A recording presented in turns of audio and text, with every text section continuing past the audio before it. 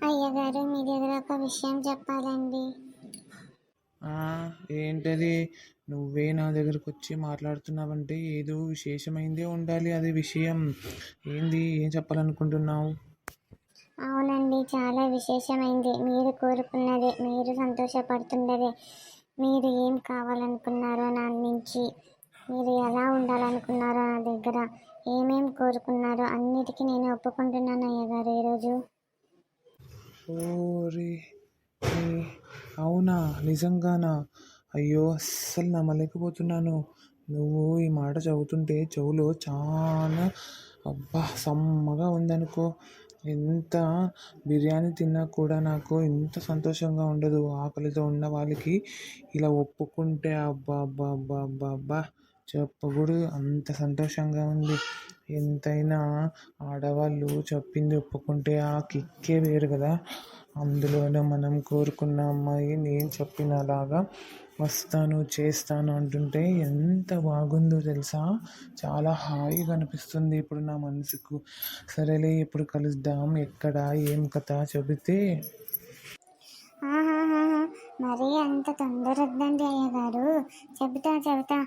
అమ్మగారు లేనప్పుడు మీ బెడ్రూమ్లోనే ఉందాము.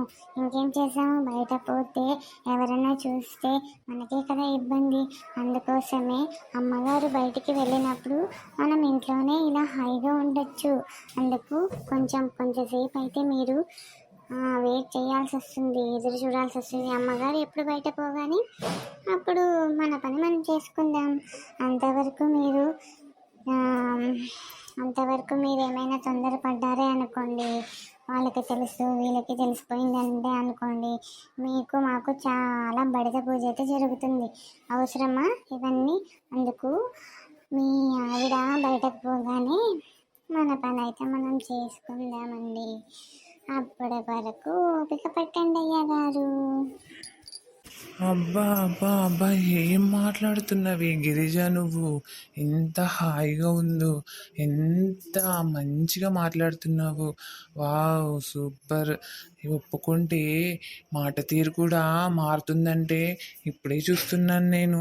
ఇంత బాగా స్వీట్‌గా మాట్లాడుతున్నావు. ఇంకా నిన్ను నేను అనుకున్నలాగా చూశాననుకో, నేను అనుకునేలాగా చేశాననుకో, ఇంకా ఎంత బాగుంటుందో అని చెప్పేసి ఆలోచిస్తున్నాను. థ్యాంక్స్ గిరిజ. ఇప్పటికే నాకు చాలా సహాయం చేశావు. ఇంకా కొంచెం ముందుకు పోయి ఇంకా పెద్ద సహాయమే చేసావనుకో, నీకు జీవితంలో చూడలేనివన్నీ చూపిస్తాను.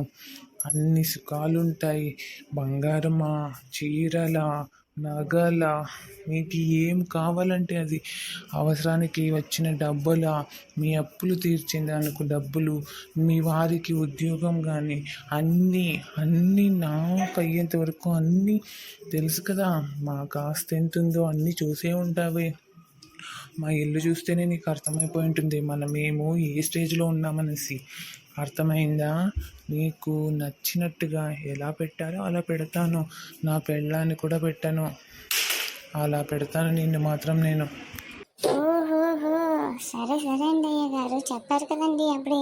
మళ్ళీ మాటికి ఎందుకు సాగదీస్తారు అట్లా ఇట్లా అని చెప్పేసి. ఒప్పుకున్నాను కదండి, అయిపోయింది. ఇంకా మీరు ఎదురు చూసుకుంటూ ఉండాల్సిందే. కానీ నా వెనక తిరిగారా అనుకోండి, మొగ్గ అయ్యింది అక్కడే చచ్చిపోతుంది, చెట్టు దాకా ఎదగలేదు ఏందే కానీ. సో మీరు నాకు ఎక్కువ ఎదురుపడకుండా కొంచెం దూరంగా ఉంటే మంచిది. ఓహో!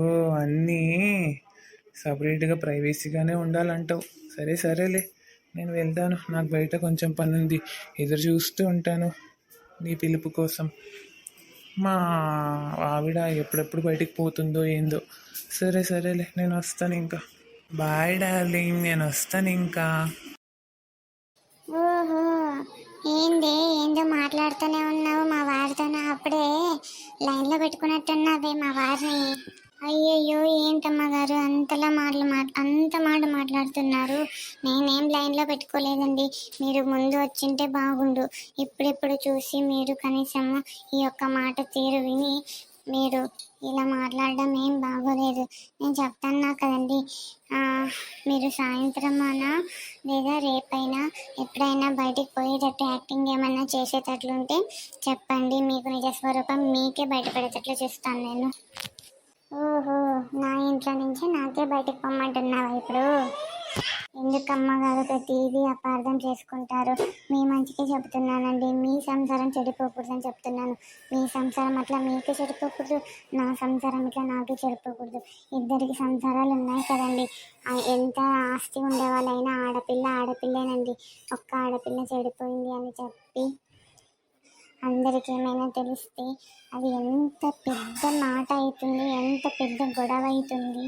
ఆడపిల్లకి విలువ లేకున్నట్లు పోతుంది, కానీ మనిషికి కూడా విలువ లేకున్నట్లు పోతుందండి. ఒక్కసారి నేను చెబుతున్నది ఓర్పుగా వింటే మీకే మంచిదండి.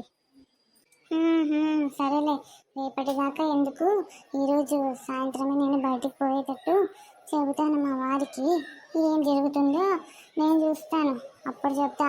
మా వారి తప్పు నీ తప్పు అని చెప్పేసి అప్పుడు అర్థమవుతుంది నాకు. అప్పుడు కానీ నువ్వు దొరకాలి, నీ చెప్పే పూజ నేనే చేస్తాను.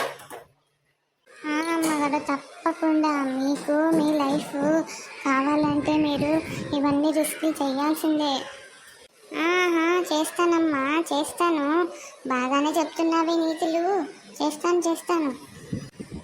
ఏంటో ఈ అమ్మగారు ఏం చెప్పినా నా మీదకి తీసుకొస్తున్నారు, కానీ అది ఎందుకు చెబుతుంది, ఏం జరిగిందనేది ఏమే కానీ అస్సలు పట్టించుకోవట్లేదు. ఎట్లయినా దేవుడి దయ వల్ల నిజస్వరూపం బయటపడితే అంతే బాగుంటుందబ్బా.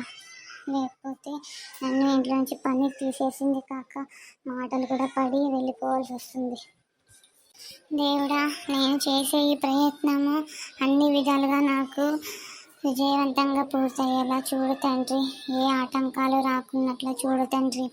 వీడు అస్సలు మనిషే కాదు, దరిద్రం నా కొడుకు. వీడు ఎలా అంటే అలా మాట్లాడతాడు. అవును, ఒక ఆడపిల్లతో ఎలా మాట్లాడాలి అని కూడా తెలియదు. చనువిస్తే చాలు ఇద్దరంగా మాట్లాడతారు ఈ మగాళ్ళు. ఏంటో ఈ ఆడపిల్ల వాళ్ళ పరిస్థితి బాగలేదు. డబ్బులకి అంత లొంగిపోయేట్లా అయిపోయింది. అట్లానే నేను నా నా ఆత్మగౌరవాన్ని చంపుకొని ఒక్కడితో ఇలా చేయడం నాకు ఇష్టమే లేదు.